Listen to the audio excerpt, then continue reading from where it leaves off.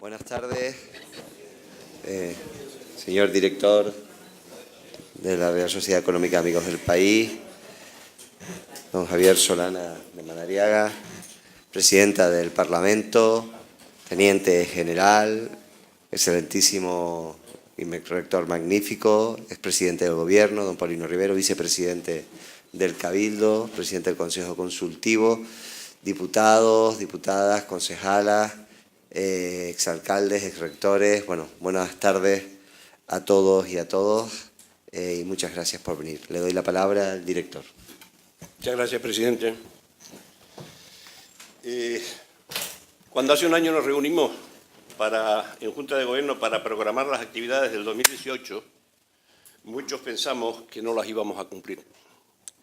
Pues las hemos realizado todas. También pensamos que para el acto de clausura nos gustaría tener una conferencia de talla internacional. Aquí está, y luego hablaré de él. Nos gustaría que el acto estuviera presidido por el presidente del Gobierno autónomo. Gracias, presidente, por tu presencia y tu constante apoyo a la económica. Nos gustaría que el Parlamento de Canarias, por lo que representa, estuviera aquí. Gracias, señora presidenta, por tu afecto. El presidente del Gobierno, Paulino Rivero, gracias. Viceconsejero de Administraciones Públicas, diputado regional, gracias, Juan Manuel. Otras instituciones que sostienen esta casa, excelentísimo Cabildo Insular, gracias, Aurelio, gracias, Miguel. El Ayuntamiento de La Laguna, gracias, Flora Marrero. Y nuestro exalcalde más querido, Elfidio Alonso. La universidad no podía estar ausente.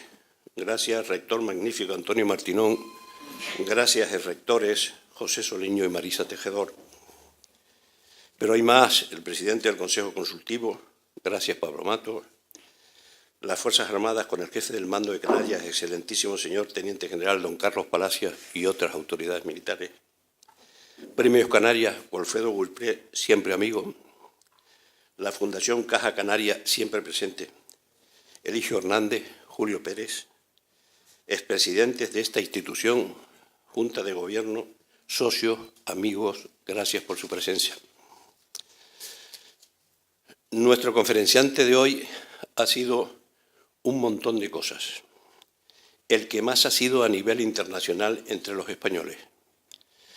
Pero son tantas que no le gusta que se las enumeren, y menos aún que se olviden que él, lo que es de base, es un catedrático de física de la Universidad Española. Todas las ha hecho con su sello personal, con su forma de hacer las cosas, sin ruido. Pero no puede impedir que cuando las analizamos desde fuera tengamos que decir: así se hace democracia, así se hace Estado y así se hace Europa. Le he oído decir recientemente que presume de haber tenido el mejor equipo de gestión de política universitaria, y yo lo suscribo. Fue el equipo que me tocó a mí cuando era rector, y de la amistad e identidad que aún perdura hoy con nombres como Juan Rojo, Ana María Crespo, Luis Oro y otros, surge el que el líder de ese grupo esté hoy entre nosotros.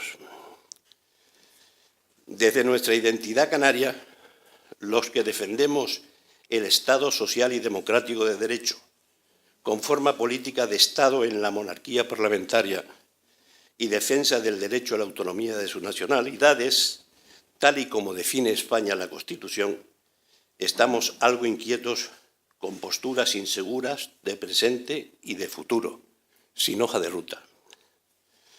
Los canarios que desde el siglo XVII y XVIII, o quizás antes, ya comerciábamos con Europa, la vemos hoy con temblores inquietantes. Los canarios que por serlo nos hemos considerado siempre ciudadanos del mundo, vemos en los supranacionalismos chino, norteamericano o ruso más peligro que otros a los que, sin embargo, se les quiere hacer responsable de todo. Son demasiadas incertidumbres. Necesitamos ya líderes de Estado que nos digan dónde estamos y a dónde vamos, que nos aseguren que los valores democráticos de Occidente están en vigor y merecen su defensa. Por eso yo ya me callo para oír palabras más sabias. Y muchas gracias, Javier, a ti y a tu señora, por estar hoy con nosotros. Nunca lo olvidaremos.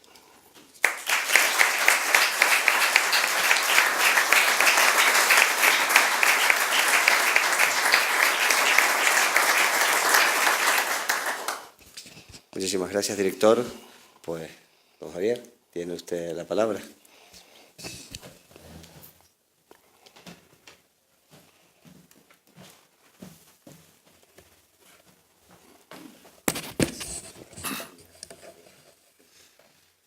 Excelentísimas autoridades, amigas y amigos, es un enorme placer estar aquí esta tarde en este local tan histórico, tan importante como son todas las sociedades de amigos del país que hay por España, y esta es una de las primeras, la económica.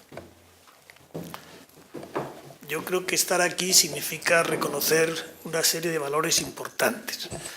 Estas sociedades son hijas de los principios de la Ilustración y de uno de los reyes más importantes que ha tenido la corona española desde el punto de vista de ayuda a la cultura, al saber, a las artes. Me corresponde hablar sobre un mundo incierto y es lo que voy a hacer. No sé si les daré certezas al final o más incertidumbres, pero trataré de decirles la verdad como yo la veo. Las fake news están en otros sitios. Aquí están las news de verdad. Querría empezar por un recuerdo muy personal, exactamente del año 2000. Al final del año 2000, ya en diciembre, el presidente Clinton era todavía presidente, pero ya había perdido las elecciones. Ya se había ido y el presidente in pectore era George Bush. Cenando con él en un sitio para mí muy querido, porque he tenido que estar a lo largo de mi vida muchas veces, que es Sharm el-Sheikh, en Egipto, que era donde se hacían casi todas las reuniones importantes sobre los temas de Oriente Medio hasta ahora. Y ya era la noche, Bill Clinton estaba dicharachero, seguía siendo presidente, pero ya se había liberado de la carga, y empezamos a hablar sobre lo que esperábamos para el siglo XXI. Estábamos en diciembre del año 2000. Y lo que sí les puedo decir, no les voy a contar la conversación, pero sí les puedo decir que todo lo que pensamos, todo lo que hablamos, todo lo que deseábamos para ese periodo de tiempo, casi nada se ha realizado.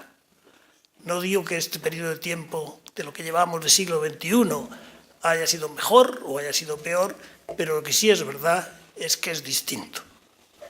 Y es distinto porque lo que esperábamos normalmente era que la caída del muro de Berlín, que fue en el año 89 del siglo XX, o que la ruptura de la Unión Soviética, que fue en el 1991, todas esas cosas darían una estabilidad al mundo, que el crecimiento podía seguir siendo superado, que los problemas comerciales iban a disminuir, que las relaciones que íbamos a tener con nuestros amigos, o amigos mejores o amigos menos mejores, Rusia, etcétera, que iban a seguir yendo por buena dirección y que el mundo se preveía que iba a ser un mundo mejor económica, política y socialmente.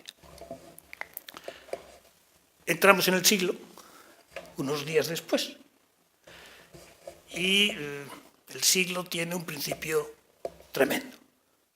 El 11 de septiembre del año 2001 tenemos una de las catástrofes menos imaginables que hemos tenido en la historia reciente. El 11 de septiembre con las Torres Gemelas, que cambió de una manera muy importante lo que se esperaba que iba a ser el siglo XXI. El siglo XXI nace, por tanto, con una herida muy dramática desde sus primeros días, que tiene consecuencias muy importantes para un país, que tiene consecuencias muy importantes para el mundo y que tiene además consecuencias muy importantes temporalmente.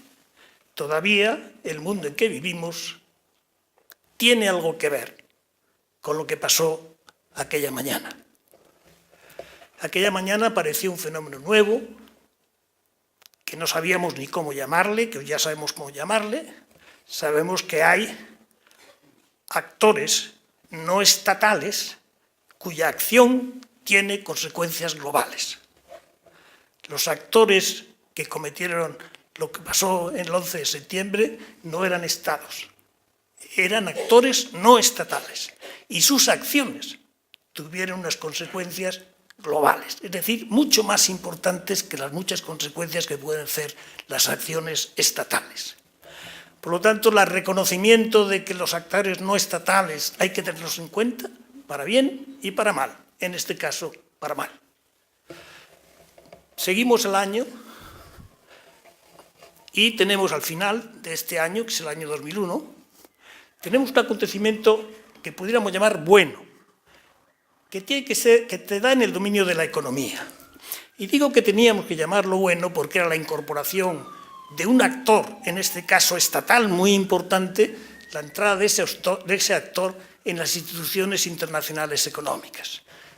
En el mes de noviembre de ese año, del año 2001, se incorpora a la Organización Mundial de Comercio una China que estaba creciendo al 10% anual y que decide, y decidimos los demás, que se incorpore a la primera institución global de todo el mundo en que China no estaba formando parte.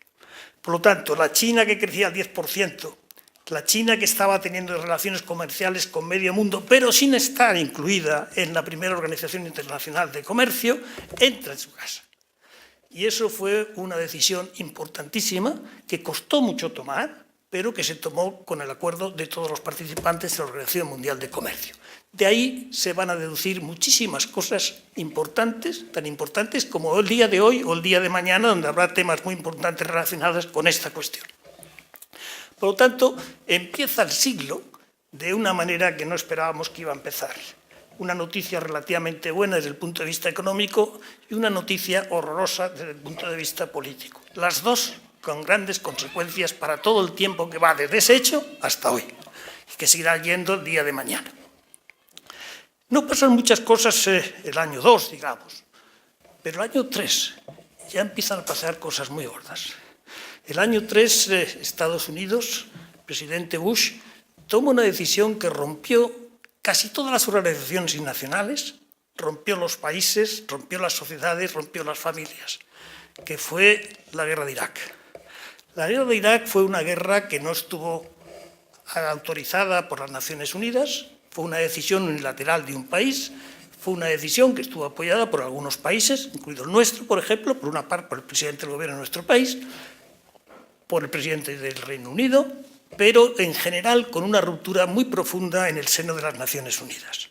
El Consejo de Naciones Unidas, el Consejo de Seguridad de Naciones Unidas se quebró, se rompió la Asamblea General, se rompió la Unión Europea, unos países que sí, otros que no, se rompieron las sociedades.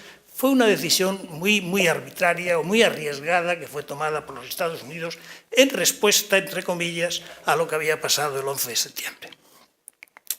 Por lo tanto, empieza a haber ya, al principio del siglo XXI, a los primeros años, alguna tensión de cosas que no se esperaban que fueran a pasar. Nadie esperaba el 11 de septiembre, nadie esperaba que hubiera tan pronto, 2 años después, un conflicto que rompiera los equilibrios en que estábamos viviendo, que creíamos que iban a ser a más. Iba a haber más comprensión entre los países, iba a haber más compenetración entre las gentes, íbamos a tener un proceso de globalización mejor de lo que al final fue posible que fuera tan pronto como el año 2003. Si seguimos un poco más adelante, si os parece, nos vamos a situar ya en el año 2008, que es el año capital de este siglo, que ocurren 3 cosas fundamentales. La primera ocurre en el mes de septiembre.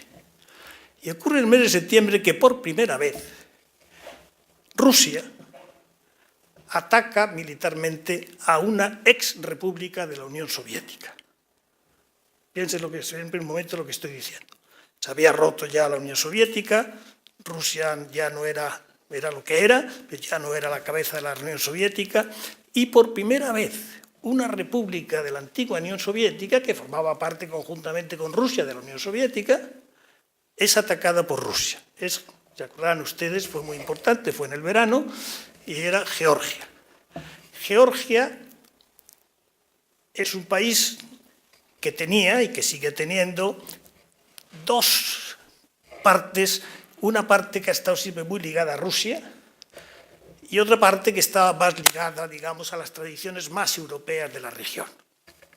Y esas dos partes entraron en conflicto muy rápidamente y en el año 2008 tuvieron la primera confrontación con su madre, digamos, la Rusia.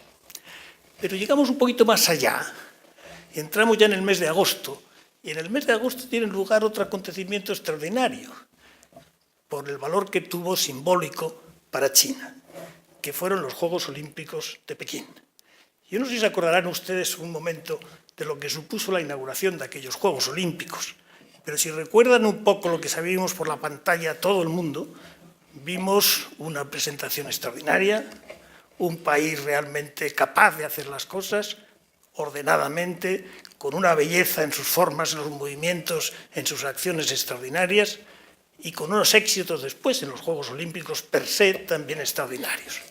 Yo les quiero decir que para China ese momento fue su presentación en la sociedad internacional. Les recuerdo que 8 años antes habían entrado en la Organización Mundial de Comercio.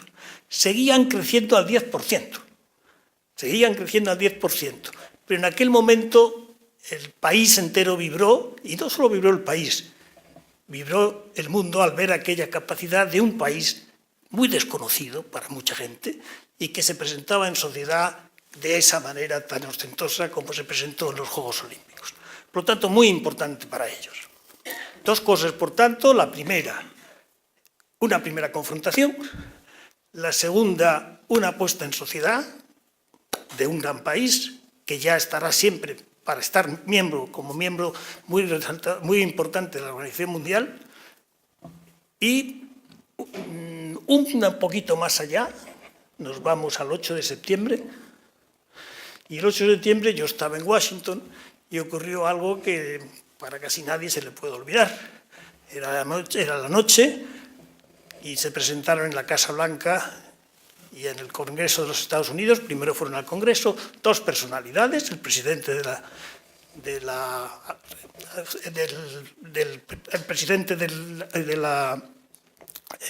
Banco Central Americano, de la Reserva Federal, y el secretario de Estado. A la sazón se llamaban Bernanke y Paulson. Y se ven con la señora Pelosi, cuyo nombre está sonando estos días otra vez, porque volverá a ser la presidenta del Congreso de los Estados Unidos, y con el presidente de la Comisión de Banking del Congreso de los Estados Unidos, del Senado. Y le dice lo siguiente: señores presidentes del Congreso y del Senado, señores y señora, la situación es tan grave que si no actuamos esta noche, la economía global se derrite. Y utilizaron la palabra derretirse, melting down. Y esto es decir, que actuábamos inmediatamente o la economía mundial se caía por los suelos. Y eso fue lo que todavía estamos sufriendo. Es decir, que estamos en el año 8 y todavía estamos sufriendo las consecuencias de lo que fue la crisis económica más fuerte, más dramática, más potente que ha tenido lugar en lo que conocemos los que estamos vivos. No conocimos la anterior, la primera gran crisis mundial, pero sí hemos conocido la segunda.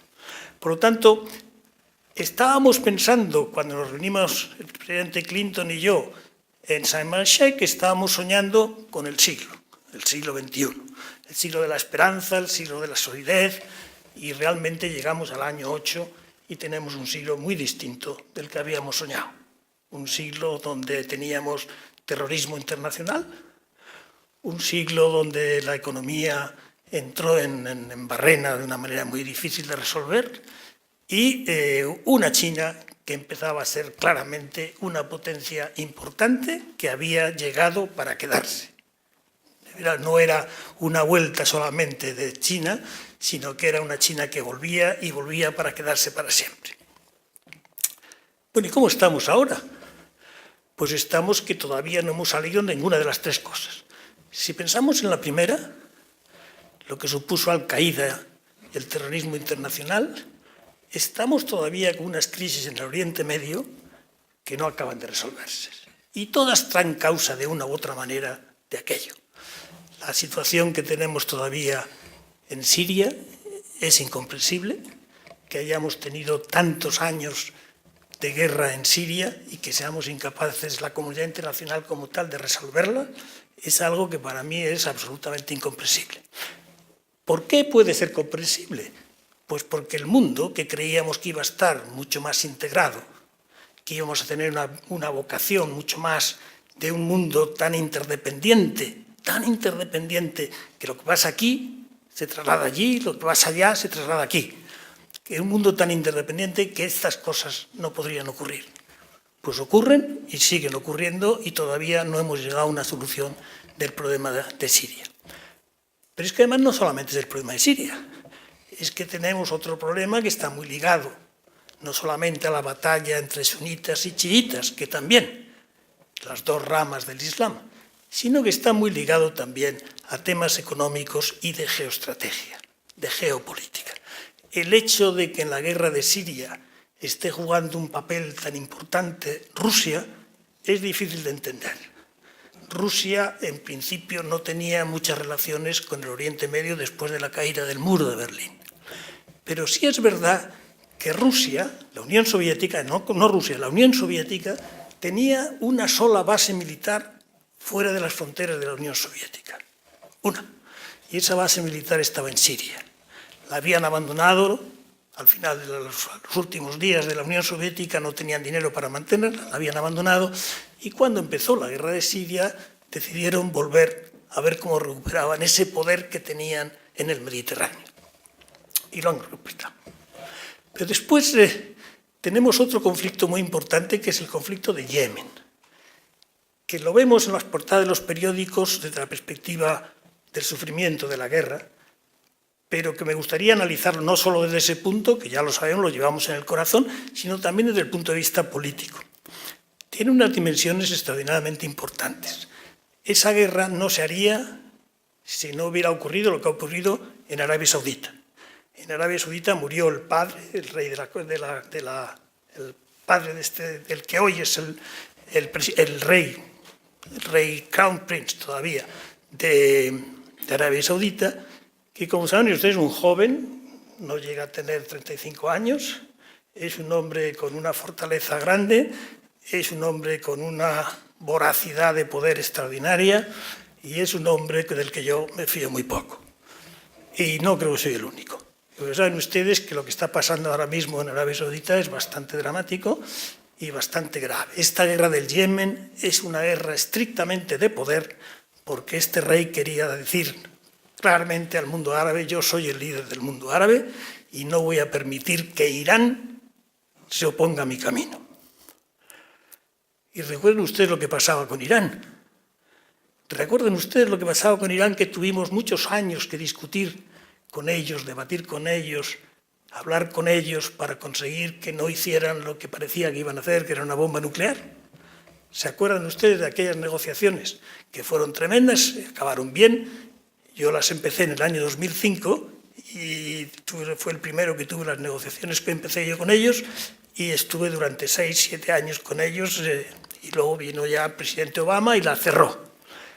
Pero esa batalla entre Irán, la capital del mundo chiita, la vieja capital del imperio persa, y la tensión que ha tenido siempre con Arabia Saudita, la capital de la otra parte del mundo sunita, el Estado que tiene bajo su responsabilidad los lugares santos del Islam, esa pelea es una confrontación que sigue estando entre nosotros y que tiene difícil solución.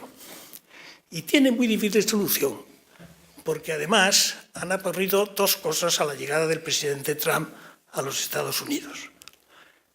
Hablar del presidente Trump no es una cosa agradable, pero creo que hay que respetarle como presidente de los Estados Unidos, aunque se equivoque. No hay que estar de acuerdo con él, pero hay que respetar lo que hace cuando lo hacen tanto que presidente de los Estados Unidos?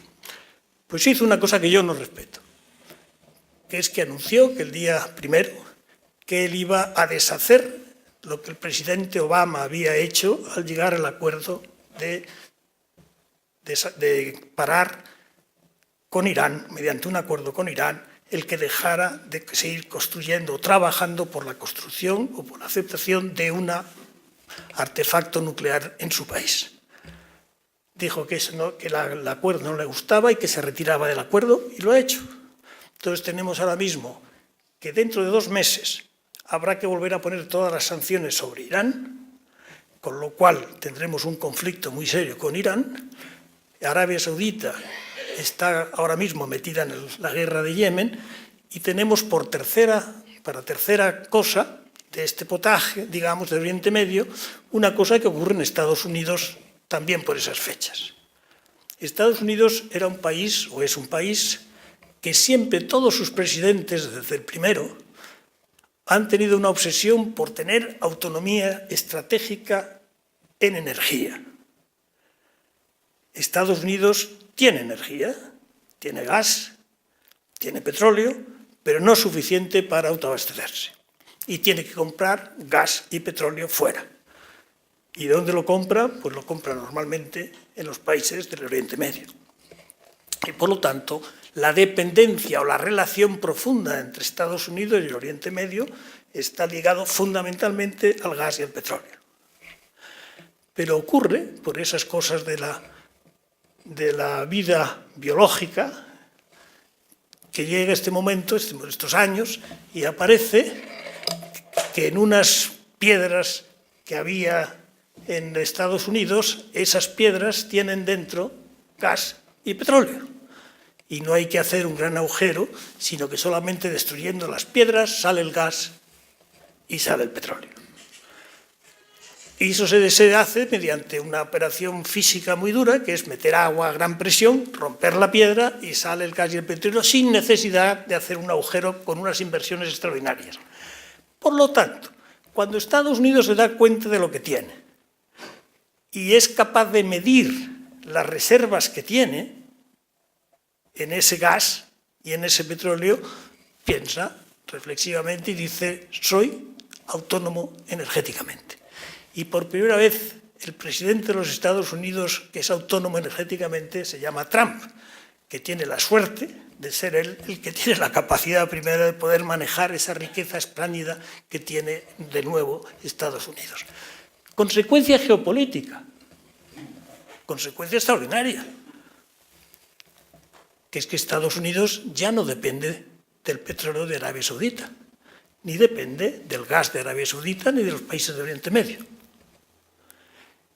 Y uno esperaría que Estados Unidos en ese momento hubiera aflojado sus relaciones tan estrechas que tenía con los países de Oriente Medio, que no solamente es por su relación privilegiada con Israel, sino que también es porque tenía una dependencia energética muy importante.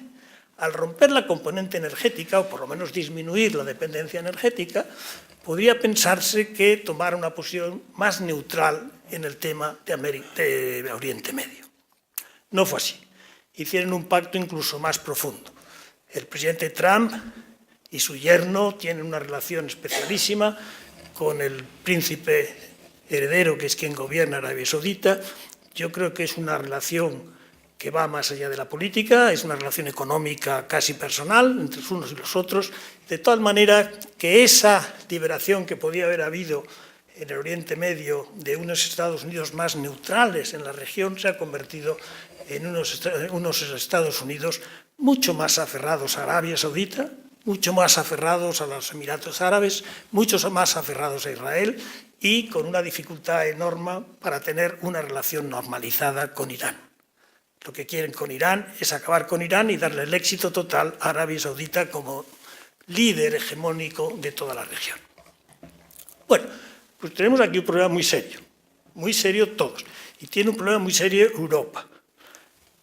Porque fíjense, el momento más difícil que ha tenido Europa en estos años, no sé cómo lo pueden poner, yo elegiría el más difícil, el año 2015, en el momento que tuvimos las altísimas tasas de migración que venían a través de Turquía, de la guerra de Siria.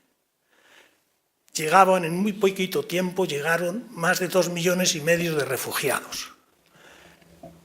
Y eso lo tenemos todavía todos vivos, ¿verdad? Es el recuerdo de todo aquello. Y las consecuencias que tuvo y que tiene. Esa situación trae causa de una guerra. Si no hubiera habido guerra en Siria, no hubiera habido refugiados de Siria. Nosotros tenemos alguna responsabilidad también de que esa guerra nos haya parado. Si nos hubiéramos comprometido con antelación y hubiéramos insistido en cómo se podía parar esa guerra, hubiéramos estado en una situación mucho mejor de la que estamos ahora. Y ahora, por esa guerra, por esos emigrantes que llegaron, los refugiados que llegaron a Europa, por esa crisis que tenemos en Europa, tenemos lo que tenemos en la política europea. Tenemos muchos países europeos, del este, por ejemplo, de Europa, que dicen que no quieren tener los valores democráticos frente a la inmigración que tenemos los demás. Tenemos los partidos de extrema derecha que nacen y gobiernan Europa en algunos países, en otros no lo gobiernan, pero son alternativa de gobierno. Y tenemos, por lo tanto, una Europa que está constreñida por esa limitación que tenemos hacia la derecha de gentes que no quieren seguir viviendo como los valores fundamentales que habíamos definido en el Tratado de Roma. Pero ahora póngase usted, piensa otra vez y hagan todas las relaciones entre todas estas cosas. Fíjese cómo empiezan las cosas. Empiezan con Al-Qaeda, siguen después con un conflicto en Oriente Medio, las primaveras árabes. Las primaveras árabes, no olvidemos que la guerra de Siria es una consecuencia de las primaveras árabes, el juego que hacen los americanos en esta región y cómo todas estas cosas se van complicando y nos encontramos hoy en una situación mucho más confusa, mucho más difícil que la que hubiéramos pensado nunca. Cuando nos sentábamos en el año 1 o en el año 0, en el año 2000, hablando con el presidente Clinton, nadie de los que estábamos sentados alrededor de esa mesa, que no éramos muchos, podríamos pensar que estaríamos en el año que hoy estamos, en la situación en que nos encontramos. Cerramos este capítulo y seguiremos en él luego dentro de un momento. Pero me van a dejar que entre en China. China ha entrado ya en la Organización Mundial de Comercio en el primer año del siglo. Se ha presentado en sociedad en el año 8 con los Juegos Olímpicos. En el año 8 la crisis económica trae como consecuencia que los países clásicos, los países occidentales, no son capaces de resolverla económicamente porque no tienen liquidez para hacerlo. Y entonces tuvimos que inventar rápidamente, sacar una estructura que teníamos en el cajón, que era el G20, que no se había reunido nunca nada más que a nivel de ministros de finanzas, se reúne a nivel de presidentes de gobierno, jefes de Estado, y deciden tratar de colectivamente dar una solución a la crisis económica. ¿Y quién es el que ponía el dinero? ¿Cómo se arreglaba esto? ¿Cómo se podía arreglar esto que requisaba liquidez que desgraciadamente no la teníamos? Pues ahí estaba sentado, entre otros, China, que tenía una enorme liquidez, sobre todo en dólares. Y China se ofrece también a poner sobre la mesa la ayuda necesaria para dar el primer empuje a la salida de la crisis en la primera reunión del G20. Fíjense ustedes, dudas en el año 1 sobre si China debería entrar o no en la Organización Mundial de Comercio. Satisfacción en el año 8 para que China esté sentada alrededor de la misma mesa del G20 y esté dispuesta a poner parte de sus reservas que tiene de dólares a la mesa para salvar la crisis de todos. Nadie nos imaginábamos esto iba a pasar, que al final la primera crisis económica del mundo globalizado, una parte muy importante de su solución, la aporta China. Por lo tanto, a China le debemos algo, o por lo menos le debíamos de deber algo. Pero fíjense lo que pasa cuando empezamos a contar cuántos votos tiene cada país en las organizaciones que son responsables de la economía global. Pensemos, por ejemplo, en el Fondo Monetario Internacional. Pensemos, por ejemplo, en el Banco Mundial.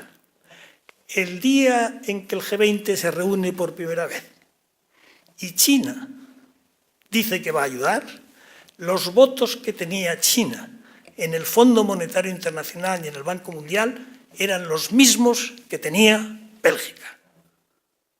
Lo repito, eran los mismos votos que tenía Bélgica. Bélgica es un país importante, están las instituciones europeas, pero no me negarán que tener a un país como China sentado alrededor de la mesa de una institución donde tiene Bélgica los mismos votos que ella, es algo que no puede durar mucho tiempo si queremos realmente tener un mundo equilibrado. No puede ser que un país como China, con miles de millones de personas, tenga los votos que tenía. Total, que había que reorganizar todo aquello para que China pudiera tener una representación más proporcionada a su realidad económica y de población. No crean que fue fácil. Cuando intentamos hacer ese cambio, solamente había muy pocos países, que eran los europeos, los que estaban dispuestos a perder votos en esas organizaciones para que China e India y Brasil y los países que estaban infrarrepresentados pudieran representarse. Porque imagínense ustedes un mundo global, donde los problemas muchos de ellos son globales. Estamos hablando de problemas globales, que requieren, por tanto, soluciones globales y que requieren, por tanto, instituciones que pongan junto el problema con la solución global. Y esa institución intermedia o está bien representados con el peso que corresponde cada uno o no funcionará nunca. Y evidentemente no podía funcionar si quisiéramos seguir pensando que el mundo que todavía gobernaba, las potencias que gobernaban el mundo eran los mismos los que habían ganado la Segunda Guerra Mundial. El mundo occidental no podía ser. Y ese cambio tan difícil de pasar, ya nosotros occidentales, que somos el 30% de la población mundial, no somos los dueños de la política mundial. Tenemos que contar con nuestras personas. Tenemos que contar con China, tenemos que contar con India, tenemos que contar con Brasil, tenemos que contar con Turquía, con muchos otros países que son fundamentales para resolver los problemas globales. Y como no los sentemos a la mesa, no seremos capaces de resolver los problemas globales. Y ese cambio del mundo occidental de dejar votos para que se los llevaran China, etcétera, China y otros, fue muy costoso. Les diré que solamente lo hicimos los europeos. Los americanos se negaron a hacerlo en la totalidad que tenían que haberlo hecho porque no querían perder la capacidad de veto. Los europeos, sinceramente, no nos importaba ya la capacidad de veto en esas instituciones una vez que tenía que estar China y que tenían que estar los grandes países del mundo asiático. Y cedimos. Y a Estados Unidos le costó todavía 2 años más de negociaciones para que dejara algunos votos más para que China se pudiera sentar en esa mesa con plenitud de capacidad. Bueno, pues esto es lo que ha tenido que pasar para conseguir que tuviéramos algo de capacidad multilateral para resolver los problemas globales con los que nos estamos enfrentando. Parecía que empezaba a estar un poco mejor. ¿Cuánto duró? Pues duró poco, porque duró lo que duró la presidencia del presidente Obama. En cuanto el presidente Obama, los 8 años que cubrió el presidente Obama se fue, las elecciones americanas dieron como resultado otra persona, que era el presidente Trump, que tenía unas ideas completamente distintas a todo lo que yo estoy diciendo aquí. Él decía, American first.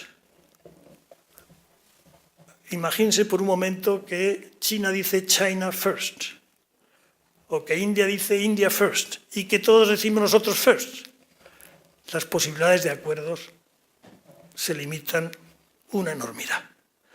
Lo que tendríamos que decir es que todos juntos, sentados a la mesa, queremos the world, el mundo, first. Y así nos tendremos que proponer y resolver el problema del cambio climático, el problema del agua, el problema del hambre, el problema de las armas nucleares. Todos esos problemas que son globales solo se pueden resolver si es el mundo first, si es el mundo primero. No Estados Unidos, no el mundo, y si cada país dice que yo soy el primero, se acaba completamente cualquier posibilidad de cooperación. Y es lo que estamos viendo ahora. Y ahora lo estamos viendo, me paro un momento, sobre las relaciones China-Estados Unidos, pues son fundamentales. Saben ustedes que hace muy pocos días, en Argentina, hubo una reunión del G20. Ese G20 que se reunió por primera vez el día después, o los pocos días después de generarse la crisis en el año 2008. Y se reúne en el año 18, en Argentina. Y ahí se trata de una de las cosas más importantes que querían resolver, es el desacuerdo en materia de comercio que existe hoy en día entre Estados Unidos y China. Si Estados Unidos está dispuesto a poner sanciones a China, China seguramente responderá a esas sanciones. Y entraremos en un ciclo realmente malísimo para el comercio mundial, para la economía mundial. Una economía que todavía no ha sido capaz de salir del todo de la crisis económica del año 8. Por lo tanto, es fundamental que esa relación sea una relación constructiva entre Estados Unidos y China. Ahora no lo es, y tenemos 90 días por delante, que es el plazo que se han dado para intentar resolver este problema. No sé si soy optimista o no ser optimista. Soy realista, realista plus, y creo que va a haber algún resultado positivo, que no será el resultado positivo, será algo de resultado positivo y que podremos seguir enganchados en una negociación sobre el comercio mundial. Vamos a ver, ¿cuál sería la solución mejor? La solución mejor sería que China reconociera que desde el año 2001, en que entra en la Organización Mundial de Comercio, es decir, que acepta las normas generales del comercio, hasta hoy, la China de entonces a la China de hoy es muy distinta. Es una China que ha estado creciendo al 10%, es una China que a algunos países les asusta, es una China que tiene hoy unas capacidades que no tenía entonces, y por lo tanto es una China que tendría que hacer un esfuerzo por adaptarse mejor a las normas que se le dieron en el año 2001 sobre la Organización Mundial de Comercio y hacer un acuerdo nuevo en algunas materias comerciales, pero entre todos.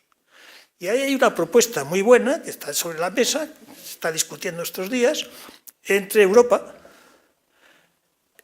acordando con Estados Unidos, con India y con China, para hacer una pequeña reforma de la Organización Mundial de Comercio que permitiera que se resolviera este problema entre los Estados Unidos y China. No se sabe si va a salir o no va a salir. En los Estados Unidos, hay parte de los Estados Unidos que dicen que sí, que lo van a hacer. Hay otros que dicen que no. El presidente Trump todavía no ha dicho que sí.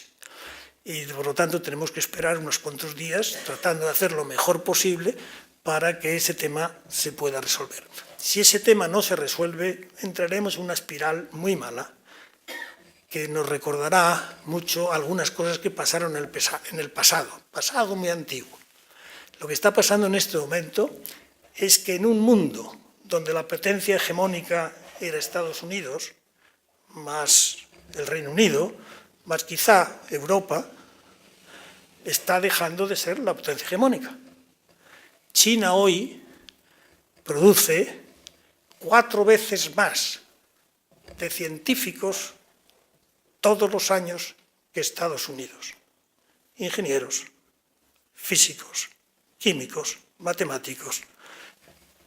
4 veces más. 300.000 produce Estados Unidos, 1.300.000 produce China todos los años.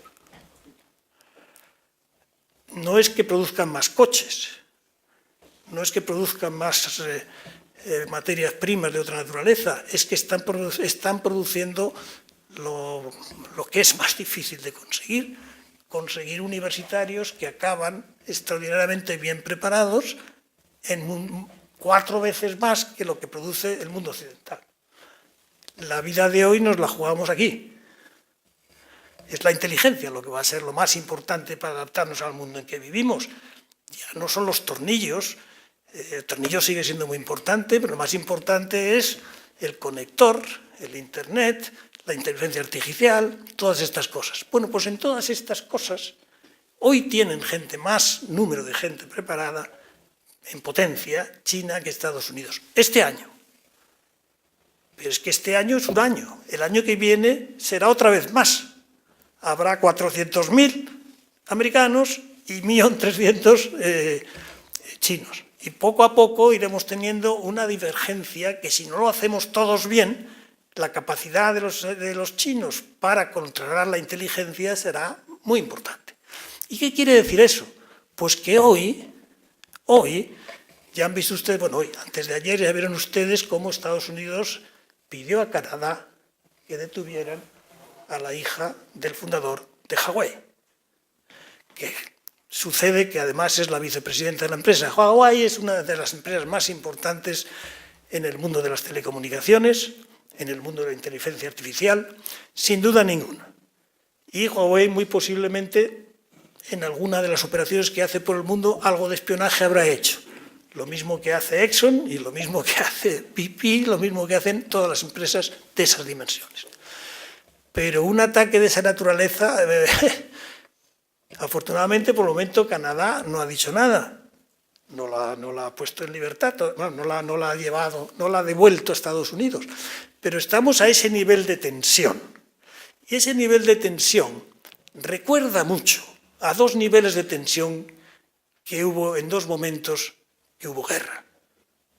Uno, en el año 14, Alemania es una potencia que emerge en un mundo estabilizado por Francia, Inglaterra, Estados Unidos, y Alemania se reunifica, canciller Bismarck,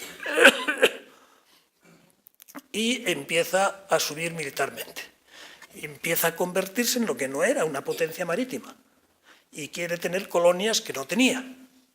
Y todo eso, de la potencia emergente frente a un statu quo que no quiere que eso ocurra, llevó a lo que todos saben, a la peor guerra que ha habido en Europa. Una guerra civil entre europeos, del 14 al 19, con millones de muertos. Seguramente la guerra más dramática que ha habido nunca. Piensen que empieza así, empieza por una potencia que quiere emerger, que entre los otros tratan de que no emerja. Y el momento más interesante es la historia. Piensen por un momento en el siglo VI antes de Cristo. Y piensen en Atenas y piensen en Esparta. Entonces Grecia era Esparta y Atenas era la ciudad moderna, la ciudad que bullía, la ciudad que quería subir y llegar a tener el mismo poder que Esparta. Esparta no quiso y fueron a la guerra. Y esa guerra fue la guerra del Peloponeso, la guerra más dramática de aquellos años, que afortunadamente está escrita, porque Tucídides la dejó escrita en 12 volúmenes. Pero conocemos hoy cómo fue eso. Pero eso, fíjense que lo que ocurre es que es un modelo que ha pasado muchas veces en la historia. Una situación de unas potencias dominantes, una o varias, y una que de repente dice, oiga, yo también quiero subir. Y subo, me dejen o no me dejen, voy a intentar subir. Y se puede resolver por las buenas o se acaba resolviendo por las malas. Se acabó resolviendo por las buenas en un momento en que España jugaba. Cuando España quiere subir en el siglo XV, quiere subir con el descubrimiento de América y ganar a Portugal en sus hazañas militares en el agua, en el mar, estuvimos a punto de tener una guerra muy mala. ¿Y qué pasó? Pues que el Papa dijo, no, reparten ustedes el acuerdo por el cual se repartía de este paralelo para allá, de este paralelo para acá, España y Portugal, y llegamos a un acuerdo. Pero si no hubiéramos llegado a acuerdo, hubiera habido dos potencias marítimas en una guerra muy grande y que las demás potencias de Europa se tuvieron que haber puesto de la parte de uno o de parte de otro. Otra vez que afortunadamente no acabó guerra porque estábamos en Guerra Fría, era el momento en que Rusia y Estados Unidos querían competir y Rusia quería subir y llegó a poner, fíjense lo que les digo, el Sputnik, el primer satélite lo puso Rusia, no lo puso Estados Unidos.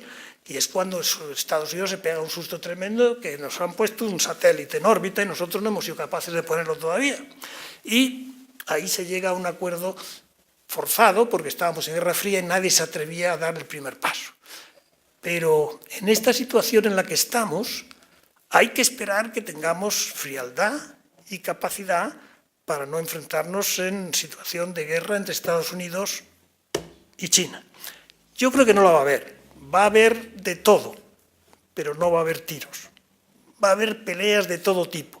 Y va a haber peleas y van a obligar a que el resto del mundo se sitúe con unos o con otros. Con lo cual, de pensar que íbamos a tener un mundo más coordinado, más capaz de trabajar juntos en organizaciones plurinacionales, con instituciones comunes, para resolver los problemas globales y tratar de hacer el mundo un mundo un poco mejor, nos estamos encontrando que casi sin darnos cuenta entramos en una situación de más ruptura, de más fragmentación de la que habíamos nunca esperado, o desde luego no deseado, ni esperado, de la que habíamos pensado que no llegaríamos. Bueno, pues así estamos. Dos palabras sobre Europa. Europa está en un momento difícil, pero si esta conferencia la hubiéramos tenido a principios de semana, yo estaría menos contento de lo que estoy hoy. El jueves y el viernes ha habido una reunión en Bruselas bastante útil que cerraba el año y ha cerrado el año bastante bien en 3 o 4 temas muy importantes. Uno son los temas de reforma de la eurozona. En la zona de la eurozona se han resuelto 3 o 4 problemas muy importantes que venían de la primera crisis, de la crisis de 2008, y que costaban arrancarlas y se han arrancado. Se ha llegado al acuerdo de que haya un presupuesto de la eurozona, que es muy bueno, y se ha dado unos poderes al Banco Central Europeo muy importantes para poder arreglar, si hubiera alguna vez, una crisis parecida a la que hubo en el 2008. Pero eso se ha manejado ya y está rodado y creo que eso está más o menos resuelto, toda esa parte. Quedan muchas cosas por resolver todavía, queda por hacer una fiscalidad más común, que no se ha hecho todavía, pero bueno, queda una parte, en la parte por lo menos del sistema financiero y de la vigilancia del sistema financiero y del Eurogrupo que está resuelta.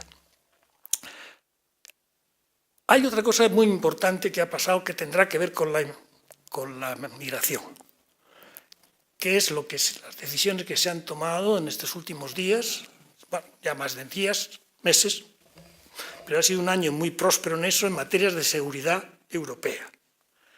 Es decir, la idea de que Europa tiene que ser capaz de actuar conjuntamente de manera estratégica. Europa normalmente en temas de seguridad quiere actuar estratégicamente, pero al final no puede. Y no puede porque Estados Unidos está detrás y a veces no te deja hacer lo que querías hacer. Ahora, en este momento, estamos con una decisión tomada de que Europa va a actuar estratégicamente de manera autónoma. Y para eso se va a dotar de algunas capacidades que todavía no tiene, o por lo menos no tiene coordinadas europeamente. Y el acuerdo que se tiene es que a partir de este momento todos esos gastos se van a hacer no nacionalmente, sino europeamente. Es decir, que las capacidades que tengamos sean capaces de ser usadas con el valor añadido de que pertenecen también, no solamente a un país, sino también a lo que llamamos Europa. Y eso va a tener unas consecuencias extraordinarias sobre también nuestra vecindad. No volveremos a tener una Siria, creo yo. No volveremos a tener un Túnez. No tendremos una Argelia que se nos vaya de las manos. No habrá un Marruecos que se nos vaya de las manos. No habrá ninguna cuestión de esa naturaleza como ha sido la de Siria, que nos ha afectado en el corazón de Europa por la migración, porque fuimos incapaces de gestionarla, y nos va a dar pie a poder ayudar a esos países africanos de una manera más generosa también en materias de seguridad para ellos mismos y poder llegar a acuerdos con ellos para que el proceso migratorio que va a seguir sea un proceso migratorio ordenado. Lo que Europa no puede digerir fácilmente son 2,5 millones de personas en un mes, pero sí podemos digerir fácilmente una cantidad menor en un mes o en 2 meses.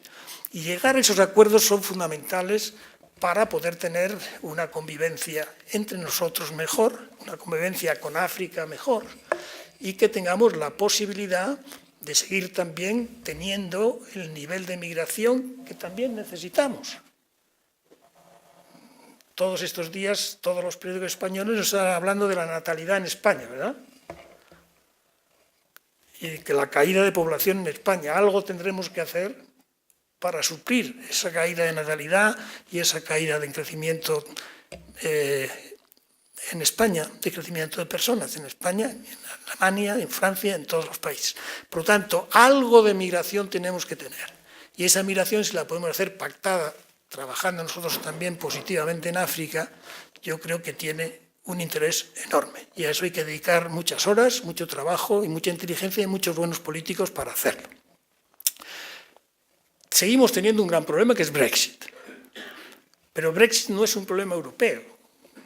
Es un problema fundamentalmente un problema del Reino Unido. Si acaba el Reino Unido separándose de la Unión Europea, van a tener un problema muy serio económico y político y social.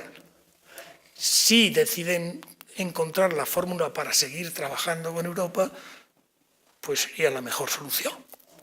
¿En dónde estamos hoy? Pues de aquí al final de este año tendremos que saber lo que el Parlamento británico dice sobre el plan que la señora May les va a poner sobre la mesa, que ya sabemos que en primera instancia tiene más de 17 votos más de los que tiene que tener para ser aprobado. Le faltan 17. Vamos a ver qué pasa en este periodo de tiempo, pero lo tendremos que ver seguramente de aquí a final de año. Y si fuera así, teníamos una posibilidad de poner en marcha todo el mecanismo, y ese mecanismo nos llevaría después a una negociación sobre cuál sería la relación final, que eso tenemos 3 años por delante, entre la Unión Europea y el Reino Unido. Para España, lo mejor sería que hubiera una relación final buena entre entre el Reino Unido y la Unión Europea. Somos uno de los países que tenemos mejor relación comercial, más poderosa relación comercial con Estados Unidos. Y para ustedes aquí en las islas también. Por lo tanto, nosotros los que gobiernan en España en este momento, yo soy un jubilado, vamos a hacer todo lo posible para que esa relación final sea una relación no de separación total, no de divorcio, sino de algún tipo de acomodación que sea respetada y respetable. Y tenemos otros problemas en Europa que tienen que ver con los países más del este de Europa. Polonia, Hungría, digo esos dos, podemos decir 3 o 4 más, pero dejamos esos dos que están en situaciones políticas muy poco compatibles con nuestros valores democráticos.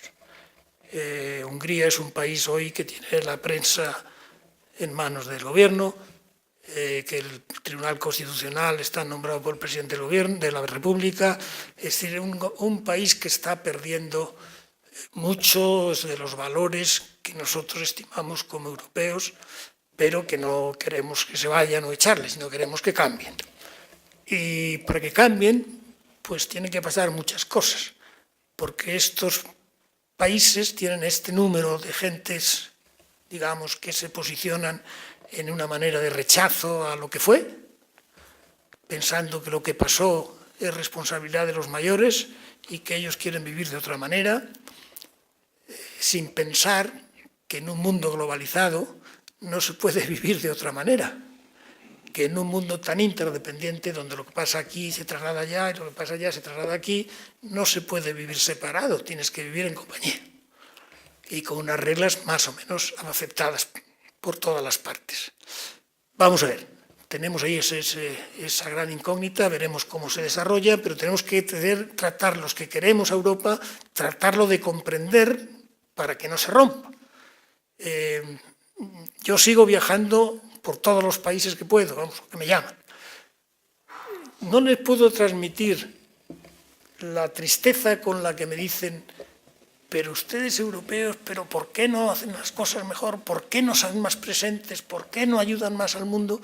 La tragedia que estamos viviendo, potencial, entre Estados Unidos y China, si hubiera una tercera persona que pudiera sentarse en la mesa y hablar con ellos dos, con fuerza, que solo puede ser la Unión Europea, solo puede ser la Unión Europea, una Unión Europea unida, y hablando con una sola voz en temas comerciales, por ejemplo, que lo podemos hacer, esas serían las fórmulas mejores de resolver muchos problemas que el mundo de hoy tiene. No lo hemos hecho porque hemos tenido nuestra propia crisis económica, que nos ha hecho disipar una cantidad de energías hacia la crisis que no hemos podido dedicar a resolver los problemas de mañana. Hay que coger carrerilla, dar un paso atrás y empezar a correr hacia adelante, a ver si somos capaces de recuperar un poco el tiempo perdido y enfrentarnos claramente con el futuro que va a llegar. Y el futuro que va a llegar es un futuro muy distinto del presente y desde luego muy distinto del pasado. Y como decía Clinton, todo lo que soñamos, pues mucha parte del sueño se ha hecho realidad de otra manera. Y por lo tanto recuperar el sueño hay que volverlo a recuperar. Y para que ese sueño se vuelva a hacer realidad o se haga realidad hay que trabajar mucho. Hay que tener gente dedicada, hay que tener empresarios buenos, honestos, pero buenos, pero honestos. Y hay que tener políticos buenos, honestos y buenos. Y además con la necesidad y la voluntad de seguir trabajando por... El político no tiene vacaciones. Yo he sido político 30 años de mi vida y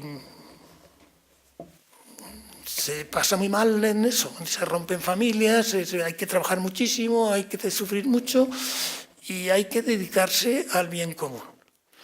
Y les quiero decir que lo mejor que podíamos hacer todos y cada uno de nosotros es pensar en cómo arreglamos los problemas de los bienes públicos globales. Un bien público global, el aire. ¿Cómo hacemos el aire limpio? Lo podemos hacer. Yo contamino, pero yo no contamino mi aire, no contamino mi cielo, contamino el aire, contamino el cielo. Y por lo tanto no lo puedo resolver si no hacemos todos lo mismo. Por lo tanto tenemos que encontrar una solución de todos. El hambre se puede resolver así también.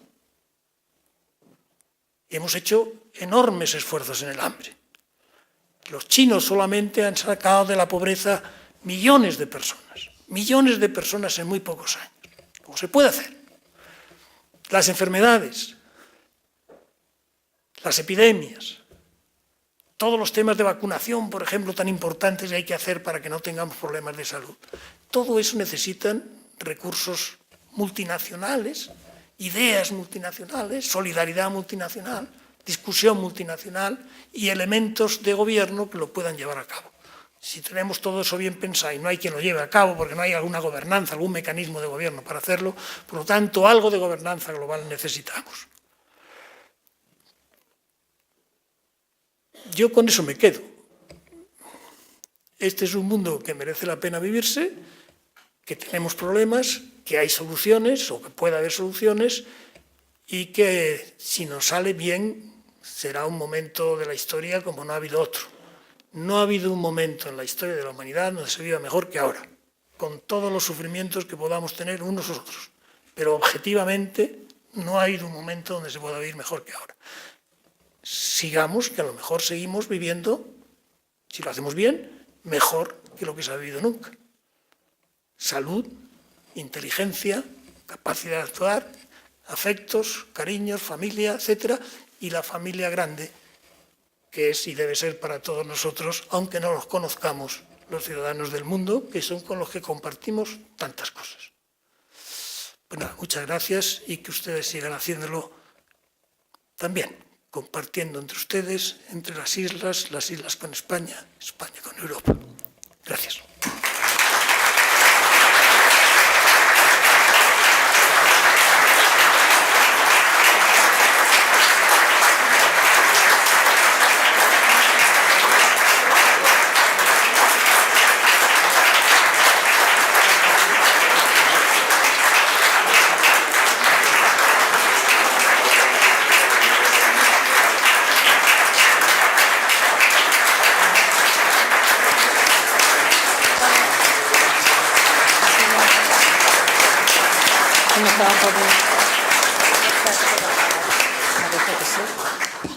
Bueno, pues ahora tenemos la fortuna, después de esta magistral conferencia, de tener un pequeño debate que va a moderar doña Marisa Tejedor.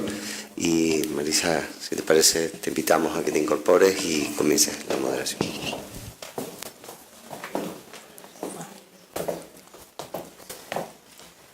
Javier, ¿te vas a quedar aquí o vas a subir a la tele? ¿Contestas? Tú preguntas y yo me subo ahí.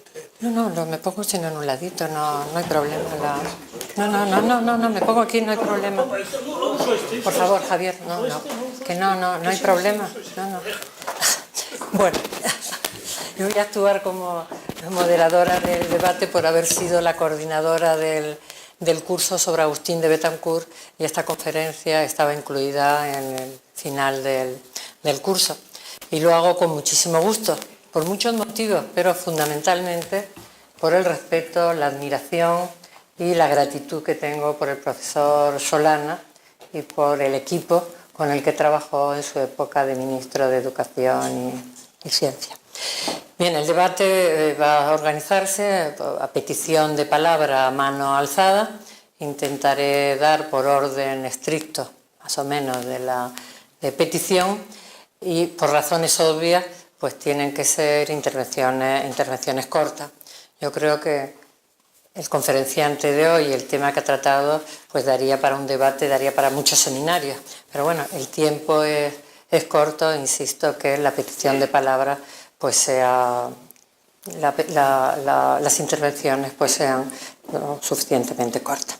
De acuerdo, pues nada, pues abro la petición de palabra, que se va a hacer a mano alzada, y creo que tenemos a alguien que va a estar en conexión con la otra sala, por si hay alguien también en la otra sala que quiere pedir la palabra.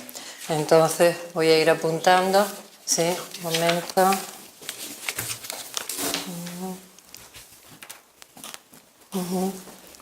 Bueno, vamos a hacer este primer turno y luego seguimos.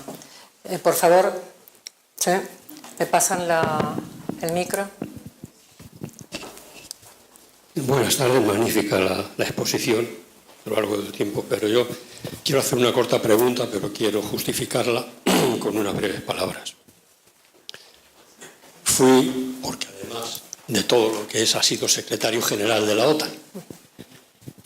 Entonces, fui un militante socialista, activista contra nuestra permanencia en la OTAN.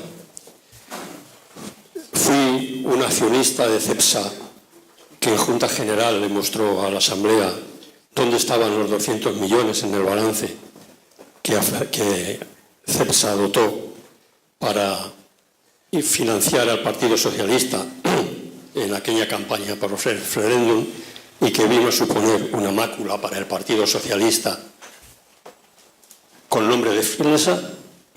Y entonces me permito preguntarle, ¿qué vectores influyentes fueron los que coincidieron para que Felipe González se desdijese de la propuesta que hizo ante Leopoldo Calvo Sotelo de que íbamos a salir de la OTAN, dando lugar a una tensión tremenda en el Partido Socialista y a esa mácula que supuso Filesa? Gracias. Javier.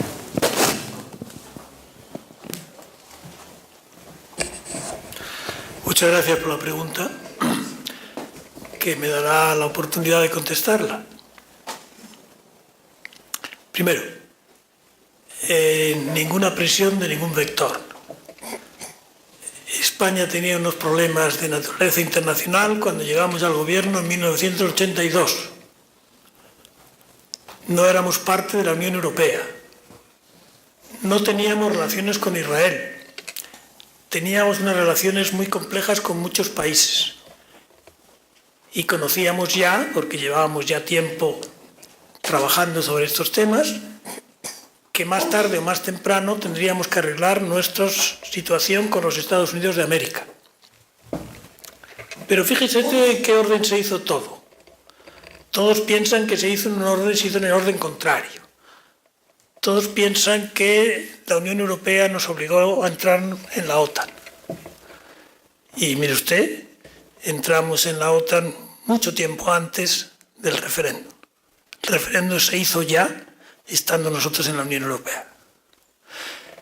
Y hicimos las negociaciones con Israel, que se las quiero contar porque fueron muy difíciles y muy arriesgadas.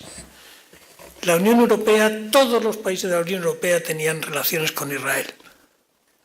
Nosotros éramos el único país de la Unión Europea que no tenía relaciones con Israel, por razones históricas, por lo que ustedes quieran. No tenía sentido que teniendo relaciones como teníamos con Palestina, y las tuvimos muy fuertes, porque hicimos mucho por los palestinos en aquella época, no tuviéramos relaciones con Israel. Y todas estas normalizaciones que hubo que hacer y que no se habían hecho antes, pues hubo que hacerlas y se hicieron con cordura, se hicieron con sentido común y se hicieron, yo creo que bien. Y se hicieron también, a mi juicio, que el primer secretario general de la OTAN, después del que murió, pues resultó ser español. Y resultó ser español porque fue solicitado así, no porque fuera... Se solicitó y me eligieron a mí porque me tenían algún respeto a algunos de los países, o casi todos los que forman parte de la Alianza Atlántica. Y le quiero decir que recursos económicos tuvimos que sufrir mucho, porque esa campaña por el referéndum no la pagaba nadie. Una campaña por elecciones te pagan por los votos que recibes. Una campaña por un referéndum no te pagan nada. Y nosotros queríamos ese referéndum ganarlo, porque creíamos que era bueno para España. Y acuérdese usted las últimas palabras que dijo don Felipe González en la última intervención por televisión. Dijo sus principios, dijo lo que dijo, y dijo al final, piensen ustedes quién será responsable del no. Yo no lo seré. Y así se acabó. Y lo demás fue el voto de los españoles.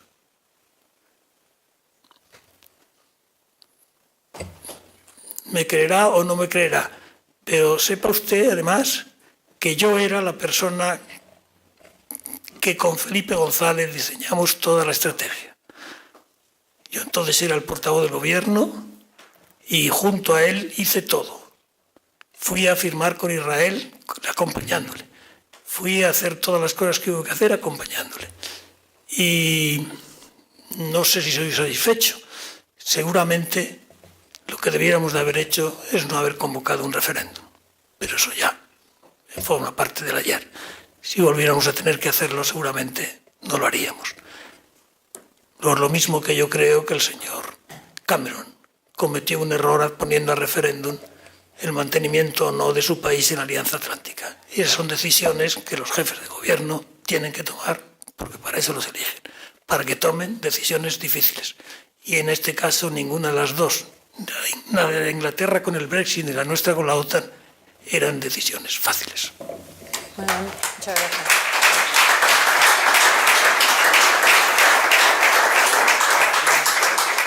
Profesor Soliño.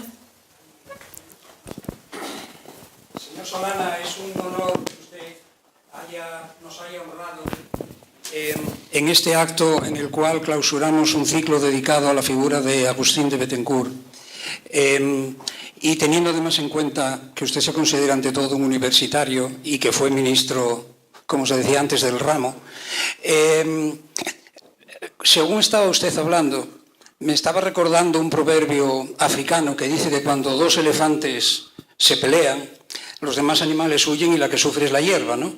Y entonces yo me estaba preguntando qué podíamos hacer en un territorio fragmentado y limitado como este insular de las Islas Canarias, o en un territorio un poco más amplio, pero en términos globales no demasiado grande tampoco como puede ser España, de cara en relación con estos problemas entre los grandes elefantes globales.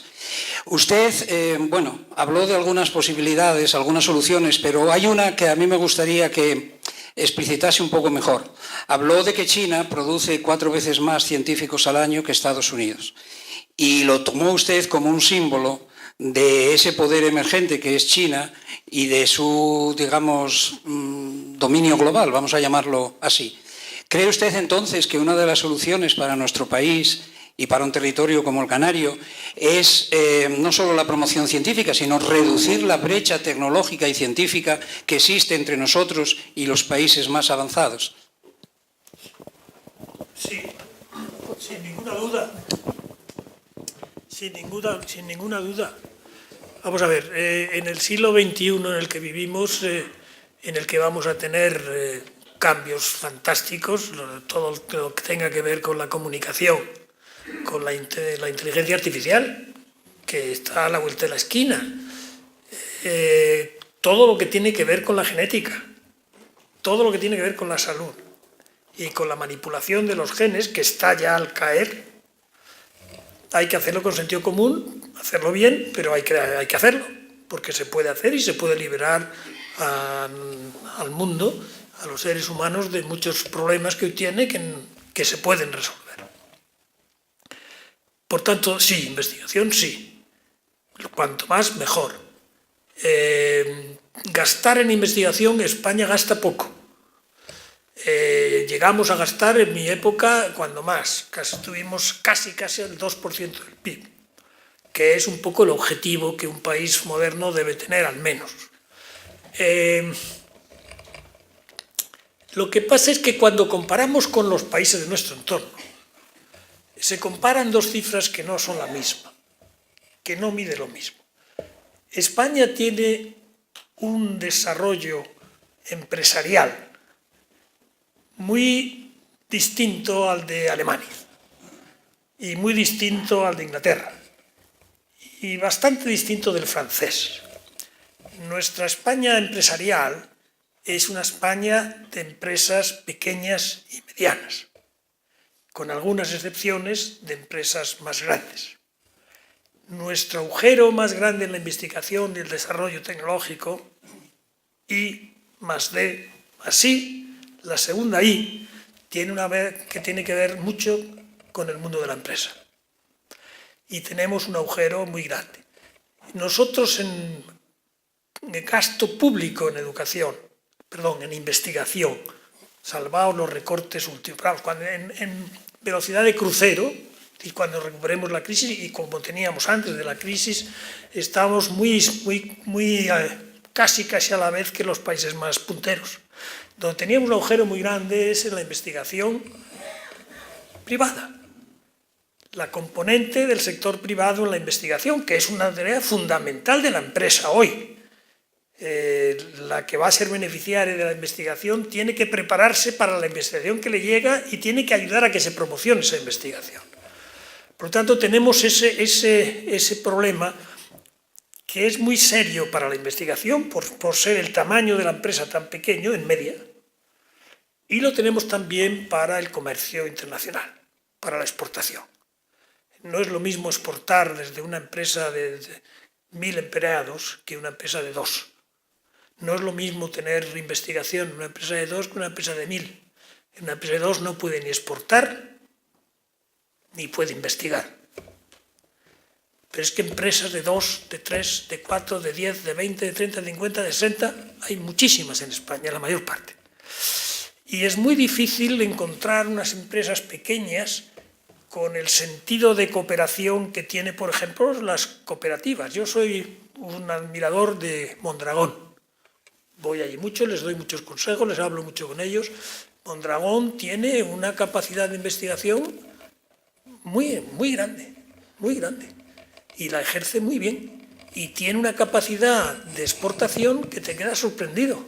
Y es una cooperativa de cooperativas, pero es una cooperativa, no es una empresa con beneficios para no usarlos bien, o es un grupo de empresas.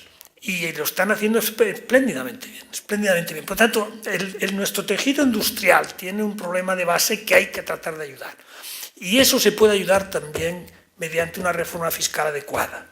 Porque muchas de las empresas que están a punto de pasar de medias a grandes no pasan porque tienen que pagar una tasa impositiva distinta. Y prefieren quedarse cómodos con 199 empleados que pasar a 200, por ejemplo, digo números que pero pasar a uno más y tener que pagar más impuestos. Entonces, todo eso hay que mirarlo desde el conjunto y no mirarlo solamente desde las partes, hay que mirarlas desde el todo. Porque el todo no es solamente la suma de las partes. El todo es algo más que la suma de las partes. Eso es... Alguno me dirá que científicamente estoy diciendo una tontería, pues no, lo sabemos muy bien, que eso es así, que hay unas sinergias que... Ahora, que me permita el rector, como es matemático no me va a llevar la contraria. Si fuera físico igual me la llevas, pero déjenme que me venga a la cabeza algo que digo, no es que lo diga todos los días, pero lo pienso muchas veces. El sistema periódico de los elementos, las tablas de Mendeleev, tienen ¿cuántos elementos? 1000 o 100, 100 y pico. Sí. Vale. ¿Cuántos países creen que hay en Naciones Unidas? 1000, 100. 100 y pico. 196. Vale, o sea, por ahí. Fíjese lo que hace la naturaleza con esos elementos del sistema periódico. Lo que hace es, en cuanto puede compartir uno algo con el otro, lo comparte. Y si puede compartir con un tercero, lo comparte. Y si puede compartir con otro cuarto, lo comparte. Y comparte muy poquito. El átomo, el electrón más exterior, lo comparte. Y eso produce maravillas. El hidrógeno es un gas. El oxígeno es un gas. Cuando se pone oxígeno e hidrógeno juntos, sale agua, que es un líquido. Y cura, y quita la sed. Y si pone usted un H... y un carbono, y otro H, y otro carbono, y otro H, y otro carbono, y alguna base por aquí, por allá, tiene usted el DNA, que es la vida. Y imagínese que eso jamás lo podrían haber hecho solos. Bueno, pues déjenme llevar esta ironía pedagógica un poquito más lejos. Los países del sistema de Naciones Unidas deberían de ser capaces de formar moléculas. Y los inteligentes que han sido capaces de formar moléculas han sido los europeos. Y con esa molécula nunca más ha habido dos guerras civiles entre europeos que se convirtieron en guerras globales. Pero eran guerras civiles entre europeos. Ya, una vez que somos una molécula, esa molécula tiene una energía tan baja que no hay quien la rompa. Y está mucho más cómoda, energéticamente, unida que separada. Y eso genera muchas cosas buenas para nosotros y genera muchas cosas buenas para el mundo. Bueno, es un cuento, pero es un bello cuento.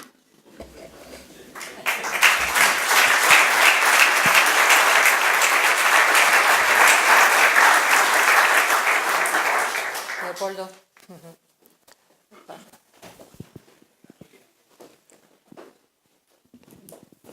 Yo, si me permite, querría hacerle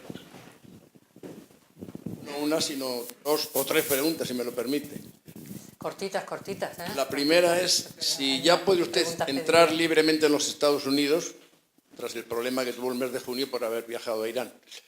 La segunda, recientemente declaró que no estaba contento con la política del PSOE. Yo entendí que se refería a la política del secretario general del partido como presidente del gobierno. Si puede decirnos por qué no está contento y qué tendría que ocurrir para que estuviera contento. Y la tercera es, si no hubo más alternativa que bombardear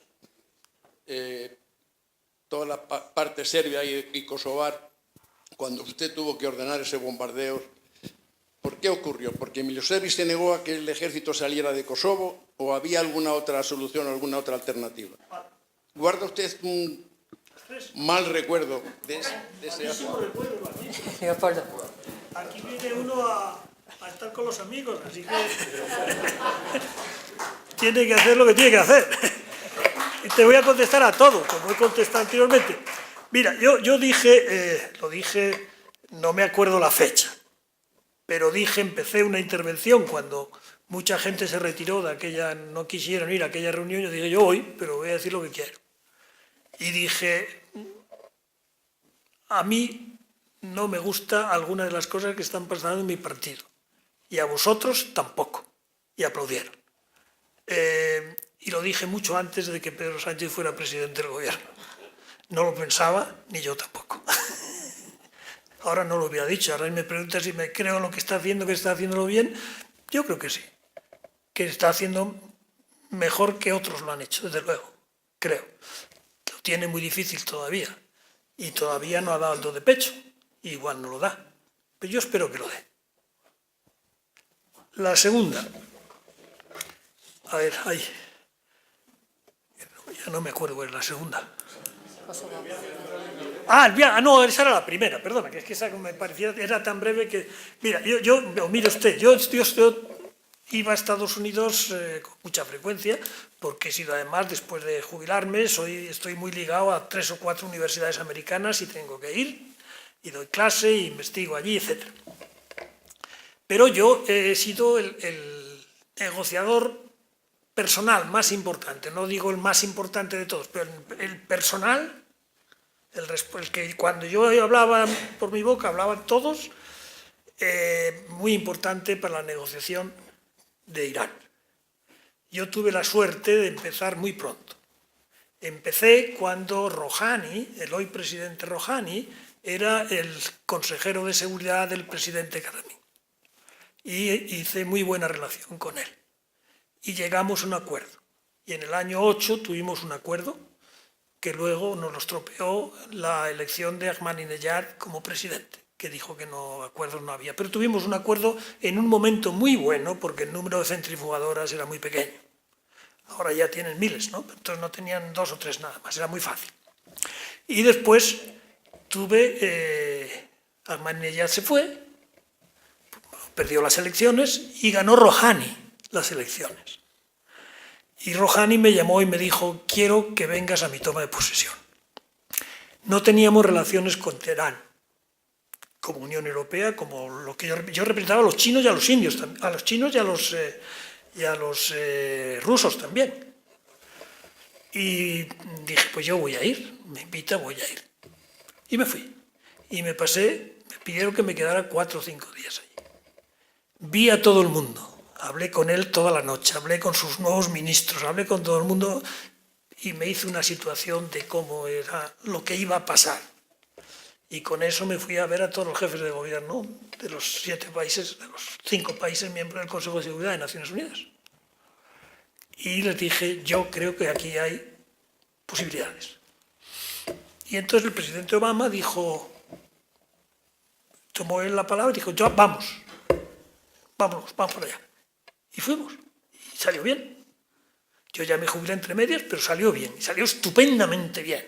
Estupendo. Me acordé en aquellas reuniones con el secretario de Estado Kerry, que se había roto el brazo en una bicicleta o la pierna, no sé qué, iba a las reuniones con el brazo quebrado.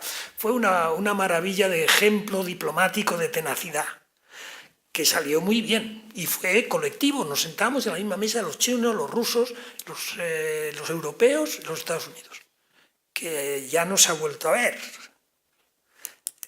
Así que fue casi la última vez que se hizo. Y en aquel momento yo tenía en mi pasaporte que había estado en Irán. Y yo tenía que volver a Estados Unidos y durante mucho tiempo no me di cuenta que lo llevaba en el pasaporte, nadie me dijo nada. Pero cuando llega Trump y lo dice tan públicamente, nadie podrá, no sé qué tal, yo digo, yo no puedo mentir. Cuando te digan, oiga, ¿está usted en Irán? No, pues imposible. Tuve que decir, yo he estado en Irán y entonces pues, usted no puede entrar aquí. Bueno, pues nada, me vuelvo a casa. Y esperé. Yo no lo iba a pedir. Esperé y un día me llamaron. Me llamaron y dijeron, perdone usted. Bueno, no lo dijeron así, pero yo creo que así. Bueno, yo sueño que me lo dijeron así. No me lo dijeron así. Era un ordenador que tenía un programa dentro que escupía todo lo que le habían dicho que debía escupir y a mí me escupió todas las veces. Bueno, la tercera es la más compleja. Es Kosovo. Pues te puedes imaginar, o te puede usted imaginar que lo he pensado mil y una vez, ¿no? Mil y una vez, porque fue muy difícil. Yo lo que sí le puedo decir que yo no tomé esa decisión.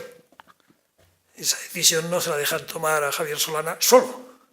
Esa decisión la tomaron todos los presidentes reunidos en Colonia de la Unión Europea, más el presidente de los Estados Unidos, que entonces era Clinton. Y yo lo que hice fue llevarla a cabo, anunciar que se había tomado esa decisión. Pero yo asumí todas mis responsabilidades porque evidentemente yo era el que tenía que tomar, el que yo tenía que anunciar esa decisión, pero es una decisión de movilizar tropas que yo no puedo tomar, no tenía tropas a mi cargo, vamos, la tenían los países, ¿no? Claro. Bueno, fue el segundo realmente, pero bueno. Luego, y yo creo que había muy poco margen de maniobra, muy poco. Lo que sí es verdad, yo vi a Milosevic mil veces. No saben cuántas. Bueno, he hecho de todo para...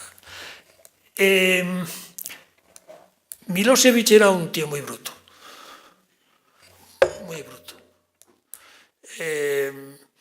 Y además enfrentado con Kosovo a muerte. Él había ganado la Secretaría General del Partido Comunista de Serbia porque armó un lío en Kosovo hacía muchos años. Tenía con Kosovo una relación muy mala o muy buena. Y no quería ni oír hablar de aquello. Y lo que sí yo honestamente creía es que se iba a asustar. Cuando llega el primer motor de un avión por los cielos se iba a asustar. Y no se asustó. Y entonces el avión pues abrió la puerta y cayeron las bombas. Pero fue una cosa si la guerra es el choque de dos voluntades, en este caso la voluntad fuerte allí fue Milosevic, que aguantó y murió en una cárcel, condenado por con el Tribunal de la Haya, ¿no? La comunidad internacional lo consideró un criminal de guerra y allí murió en la cárcel. Y bueno, mucho mejor que no hubiera pasado, sin ninguna duda. Presidenta Carolina. Javier, gracias por haber estado con nosotros, por compartir la experiencia de ese bagaje, que realmente es orgullo de país. Decía orgullo de país, lo que tú has significado y significas todavía para nosotros. Has descrito una realidad un tanto sombría, un tanto incierta, y yo creo que egoístamente necesitamos certidumbres y esperanza. Yo quería preguntarte si crees que esas esperanzas, más allá de los distintos actores en la contienda internacional, podemos también encontrarla en esa Agenda 2030, que la ONU, esos 195, 197 países, allá por el año 15 de septiembre, decidieron que había que cambiar las cosas para intentar transformar el planeta, porque quizás seamos la primera generación en acabar con el hambre, pero la última en salvarlo. ¿Crees que hay motivos para la esperanza? Bueno, primero, yo no quiero que se lleven ustedes una sensación de pesimismo, es una sensación de un realismo para que ustedes analicen las cosas. No, ninguna de las cosas que he dicho han pasado, las malas, digamos. Pueden pasar, pero pueden no pasar, está en nuestras manos, digamos, en nuestras manos colectivas, el que no pasen. Lo normal es que en el siglo XXI, con lo que sabemos ya de historia, no hagamos la tontería de meternos en un conflicto. Yo honestamente creo que un conflicto militar entre grandes potencias en el mundo hoy es imposible. Lo creo. Pero lo creo yo. Yo les digo que hay en este momento una tensión, que es una tensión que por el momento es comercial, pero que va elevándose también hacia otros territorios. Esperemos que no pase nada, que seamos todos sensatos y que ganemos. Y tenemos que ganar por estar tan interrelacionados. Vamos a ver, si una cosa de ese tamaño pasaría, el Internet dejaría de ser Internet, porque cada país cerraría su Internet, que es lo que puede pasar todavía, que cada país diga el Internet mío es mío y adiós. Con lo cual Internet perdería una de sus mayores eficacias, que sea internacional. Pero la tentación que tiene China a cerrar su Internet es muy alta. Hay días que yo voy a China y no puedo leer el New York Times y no puedo leer El País. Es decir, no puedo meterme en casi nada que no esté muy tolerado, digamos. Y luego pues pasará igual, la reacción será igual en Estados Unidos y no podrás entrar no te dan visado para entrar, ¿no? Vete a saber qué. Es decir, la gracia que tiene es que esto tiene que estar muy abierto, este mundo tiene que estar abierto, por lo menos intelectualmente abierto, para que podamos sumar las fuerzas. Es que lo bonito de este mundo y de la ciencia es que la ciencia se comparte y por lo tanto lo mejor que se hace aquí pues se puede llegar a hacer aquí. Hay una cosa que es el poder compartir lo que se conoce y yo creo que eso es bueno y por lo tanto el molecularizarnos, hacernos más molécula en el mundo sería una buena cosa. Ir en esa dirección yo creo que sería una buena cosa. El problema más grave que tenemos, donde ahí puede ser que la idea de pesimismo, optimismo, que hay que decírsela con toda franqueza, nos la tenemos que decir. Vamos a ver, la globalización, los mayores vencedores de la globalización, con diferencia, son los pobres. En los años de globalización que llevamos, pocos años que llevamos de globalización de verdad, han salido de la miseria, de la pobreza, millones y millones de personas. Por lo tanto, la globalización ha sido un enorme éxito para los pobres. De China solo han salido muchísimos.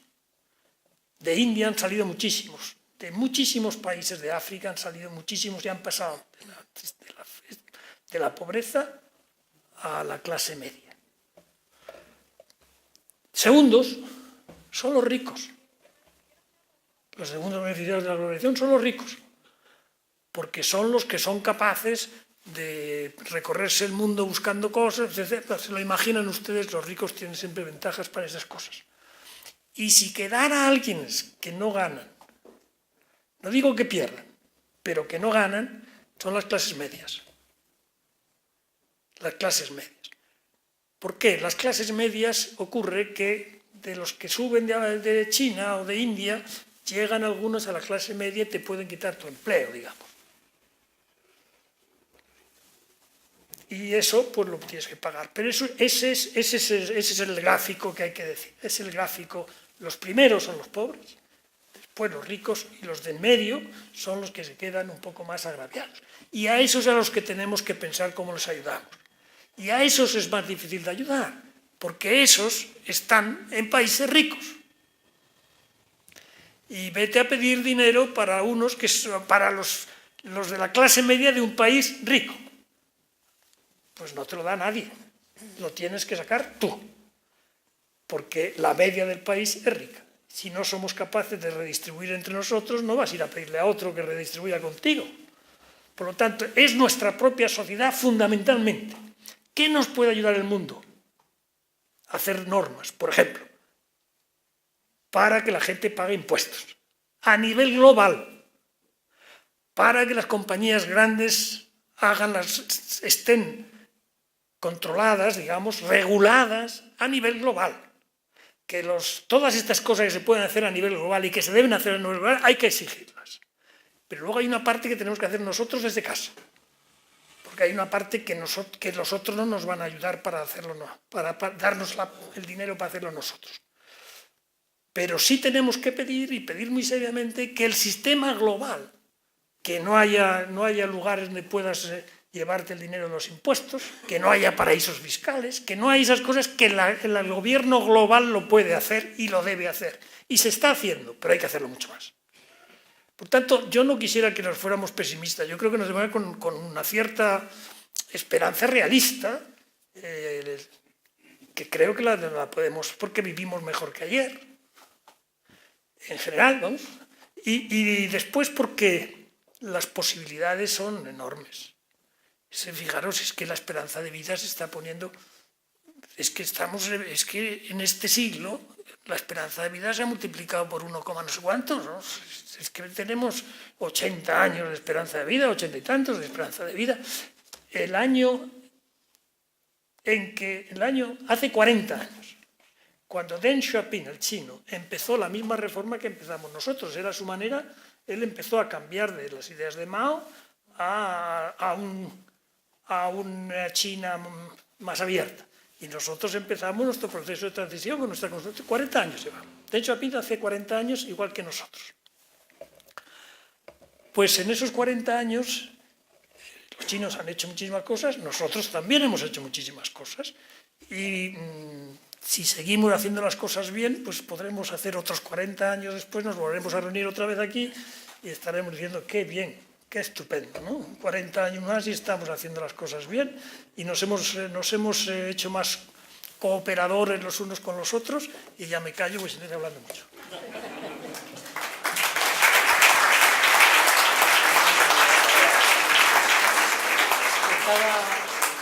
Estaba previsto que el debate durara media hora, lo hemos superado con creces, pero si hubiera un par de preguntas, si la flexibilidad mesa lo permite, nos da una cierta flexibilidad, pues un par de preguntas más, a ver. Un momentito. Marian, ¿pueden mirar, por favor, si en la otra sala hay alguna pregunta? Y ya doy por cerrado el tema. Les ruego que sea muy breve porque hemos superado con creces el tiempo. Hugo. Buenas noches. Comparto con el señor Solana el dicho que dijo respecto a que rectificar es de sabios. A que rectificar es de sabios. La rectificación de la OTAN fue de sabios, y posiblemente ya en la era del conocimiento el uso de la rectificación tendrá que ser una asignatura obligada. Me extrañó, y yo me centro solo en un aspecto de su intervención, la afirmación que hizo respecto a que el Brexit no es nuestro problema. Literal porque lo copié. El Brexit no es nuestro problema, leído desde Europa.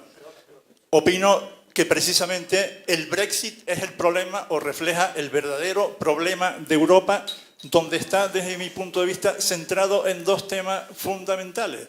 Hay un tema de identidad de los valores europeos, que ya hay que mirar no sé a dónde para encontrarlos, la identidad, y luego hay un dramático problema respecto de los impuestos, en cuya conflicto están cifrados en este momento buena parte de los líos que tenemos montados en Europa.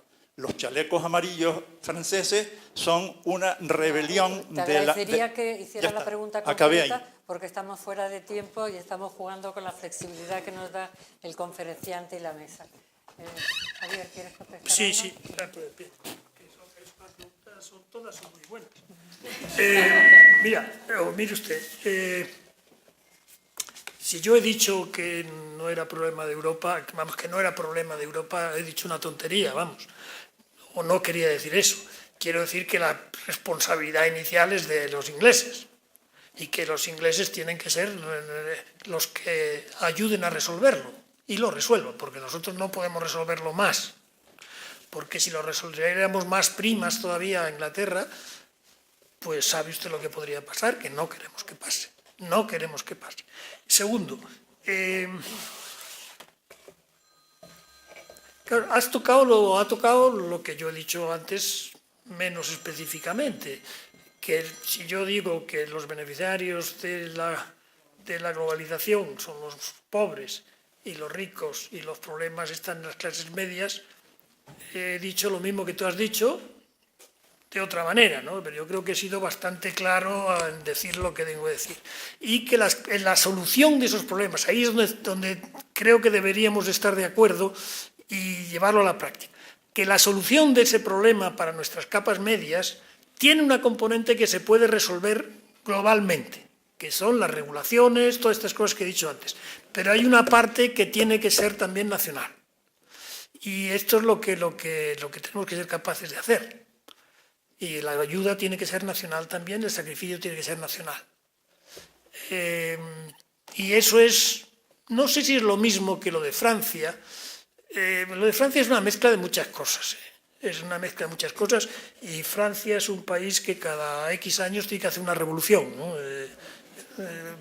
Si no, no son Francia. Y una revolución, un poco más de ruido, ¿no? Pero yo creo que todo el mundo está cogiendo esa... Y yo tengo muchas ganas de que, a lo mejor es una utopía mía, tengo muchas ganas de que se moje Merkel. Si Merkel dura, quiere decir que termina su mandato, yo creo que alguna cosa buena de ese tipo veremos, yo creo. Creo que se va a sentir, yo creo que ella quiere pasar a la historia como la alemana europea, digamos, y le falta. Y yo creo que va a intentar en los últimos años hacerlo. Me puedo equivocar, pero bueno, eso es mi sueño. Pero bueno, todo. Pero yo creo que no es todo lo mismo. La identidad, es que no lo entiendo yo. Lo de la identidad yo no lo entiendo, honestamente no lo entiendo. Comprendo que haya gente, pero yo me siento español, me siento europeo y no tengo ningún problema para asumir esa doble. Y me acuerdo mucho de un indio muy famoso, premio Nobel, que tiene un libro precioso que se llama Identidades asesinas. Yo creo que tomar la identidad como principio es no estar en el mundo con los demás. La identidad es estar contra alguien, más que afirmarte tú. Yo me afirmo más de otra manera, sin necesidad de tenerme que afirmar contra el otro. A lo mejor he viajado demasiado. Bueno, pasamos ya, Javier, si te parece, a la última intervención. Muchas gracias, profesor Solano, por compartir generosamente su tiempo con nosotros. Y su última respuesta me da pie a la pregunta que tenía pensado, y es, fue en Europa, pero podría haber sido en cualquier otra parte del mundo en algún momento, los valores de la Ilustración, ya que estamos en esta casa, como la ciencia, la razón, el humanismo, la paz. Siendo una persona que todavía me creo joven, siento cierta preocupación por cómo parecen estar en regresión socialmente esos valores en Europa. Su lectura del momento actual es que esos valores están desfasados o debemos recuperarlos con fuerza para avanzar. Y la segunda, bueno, por favor. Pues yo creo que los valores de la Ilustración son los mejores valores que la historia humana ha producido. Y los que estáis aquí, estáis por eso. Esta sociedad está basada en los valores de la institución, de la Ilustración, si no, no existiríais. Las sociedades de amigos del país son fruto de la Ilustración, de los valores de la Ilustración, que el ser humano es el ser humano, que es generoso, que busca la cultura, busca el saber, busca el bien. Todas estas cosas yo creo que son fundamentales y siguen siendo valores. Lo cual no quiere decir que todo el mundo, de todo Homo sapiens que habita en la Tierra hoy, tenga también que por obligación compartir esos valores. Un chino, que es confucionista, a lo mejor no lo comparte en una parte muy importante. Por ejemplo, venera mucho más la autoridad, respeta mucho más la autoridad, respeta al mayor mucho más que nosotros, en cambio respeta menos al niño. Hay cosas que los chinos no van a hacer exactamente igual que nosotros. Votan a su manera, porque realmente votar no es lo que define una democracia. Es las reglas del derecho, lo que es la norma, lo que define más en una democracia que votar. Votar y luego nada, pues votan en muchísimos países que votan en Rusia, votan en Turquía, votan en muchos sitios y no son hijos de la ilustración, digamos, en sus mentes. Hay mucha gente, yo por ejemplo he tenido discusiones con Putin sobre eso y él no cree en los valores liberales, no cree en los valores de la ilustración. Entonces, pues, pero bueno, debe haber un conjunto de valores en los que podamos compartir y que nos permitan vivir juntos, y los hay, y los hay. Lo que hay que hacer es exponerlos y trabajarlos conjuntamente y saber que aquí tenemos un principio moral diferente y ¿qué le vamos a hacer? Vamos a seguir. Perdona, que... Pregunta breve, solo por curiosidad, cuando hablaba de que Europa había tomado una decisión recientemente de tener una política estratégica, ¿eso incluye proyección estratégica de la fuerza o estamos hablando de otras circunstancias? Eso supone, en su momento, vamos a ver, Europa no es una potencia militar, es decir, no es una potencia militar, no quiere ir a la guerra, ni irá a la guerra como Europa.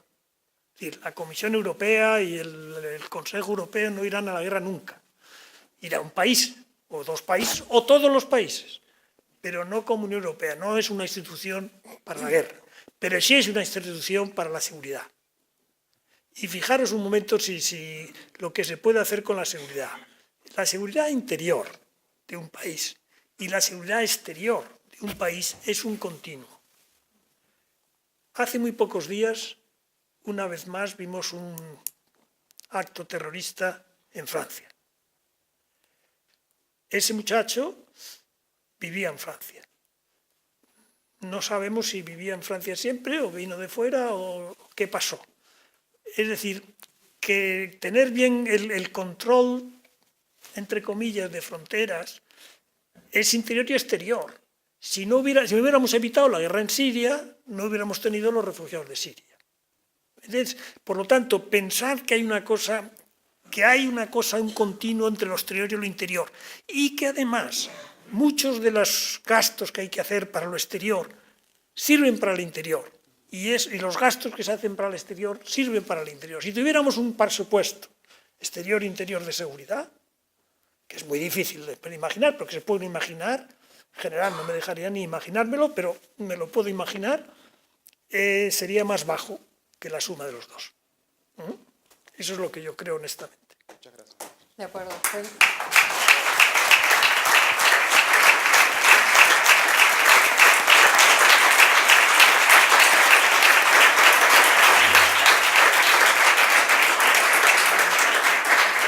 Doy por cerrado el debate. Evidentemente hubiéramos estado mucho más tiempo todos, pero era el tiempo que estaba estipulado. El presidente, le devuelvo la palabra. Se levanta la sesión.